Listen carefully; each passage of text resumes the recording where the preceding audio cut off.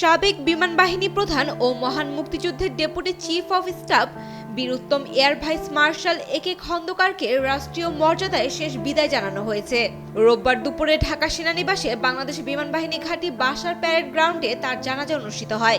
জানাজা শেষে তাকে পূর্ণ সামরিক মর্যাদায় গার্ড অফ অনার প্রদান করা হয়।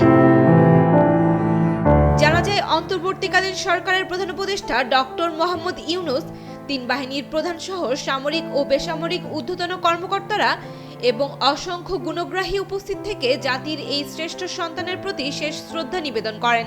এর আগে শনিবার সকাল 10:35 ঢাকার সম্মিলিত সামরিক হাসপাতালে চিকিৎসাধীন অবস্থায় বার্ধক্যজনিত কারণে তিনি ইন্তেকাল করেন। মৃত্যুকালে তার বয়স হয়েছিল 95 বছর।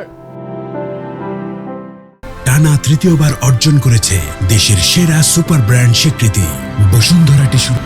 মহান মুক্তিযুদ্ধে একে খন্দকার ছিলেন এক অনন্য নেতৃত্বের প্রতীক। 1971 সালে পাকিস্তান বিমান বাহিনী ত্যাগ করে তিনি মুজিবনগর সরকারের অধীনে মুক্তিবাহিনীর ডেপুটি চিফ অফ স্টাফ হিসেবে প্রশিক্ষণ ও অপারেশনের দায়িত্ব পালন করেন। তার নেতৃত্বেই নাগাল্যান্ডের ডিমাপুরে গঠিত হয় বাংলাদেশের প্রথম বিমান ইউনিট কিলো ফ্লাইট, যা সীমিত সম্পদে শত্রুর বিরুদ্ধে সফল অভিযান পরিচালনা করে।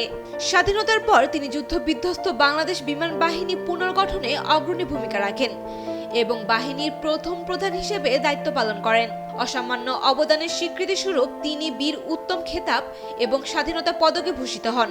তার নামে ঢাকার কুর্মিটোলা বিমান ঘাঁটির নামকরণ করা হয়েছে। রাজনৈতিক অঙ্গনেও সক্রিয় ছিলেন একে খন্দকার। 2008 সালের জাতীয় সংসদ নির্বাচনে তিনি পাবনা 2 আসন থেকে সংসদ সদস্য নির্বাচিত হন। একে খন্দকার 2 ছেলে, 1 কন্যা ও 3 নাতি-নাতনি সহ অসংখ্য গুণগ্রাহী রেখে গেছেন।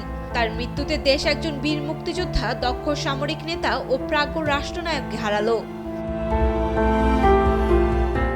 Sayem Akter, Daily Sun.